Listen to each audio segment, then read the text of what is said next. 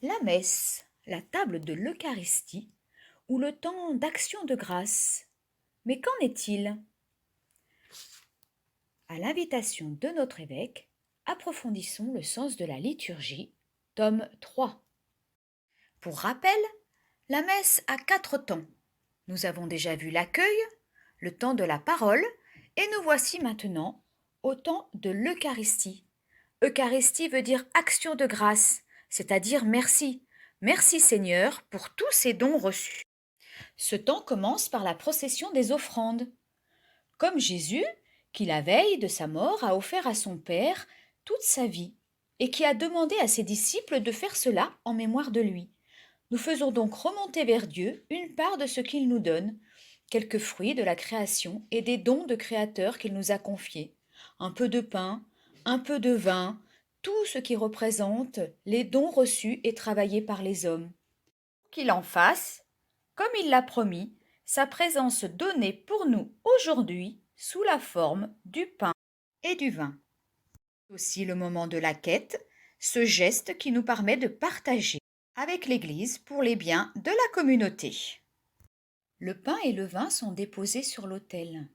Le prêtre ou le diacre met alors une goutte d'eau dans le vin. Cela symbolise l'humanité qui est unie au sacrifice du Christ représenté par le vin. Puis, le prêtre demande d'être lavé de ses péchés. C'est ce qu'on appelle le lavabo ou la purification. Nous répondons à une des invitations du prêtre. Cette offrande est à la fois pour la grandeur de Dieu, pour notre bien, celui de l'Église et du monde. Nous nous levons pour la prière où le prêtre représente au nom de l'Assemblée ses offrandes à Dieu et nous répondons d'un seul cœur « Amen ». C'est le moment d'un dialogue entre le prêtre et l'Assemblée. Par sa bouche, nous reconnaissons qu'il est juste de louer Dieu pour les merveilles qu'il a fait pour nous. C'est ce qu'on appelle la préface. Et nous proclamons tous ensemble sa sainteté en chantant. Le prêtre poursuit avec une des prières eucharistiques de l'Église. Il demande à Dieu de bénir ses offrandes par son Esprit Saint.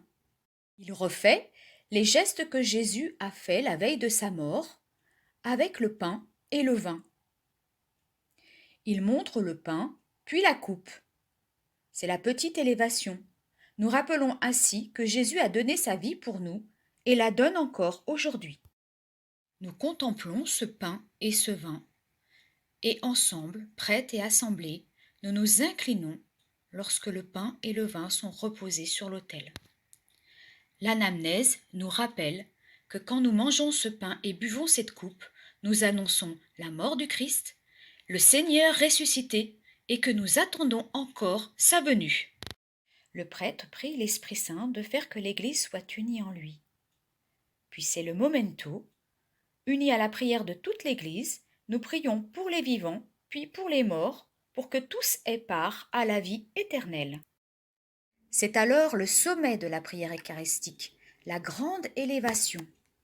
Le prêtre élève le pain et la coupe et nous invite à tous acclamer Dieu par son Fils et dans le même esprit. Il dit, par lui, avec lui et en lui.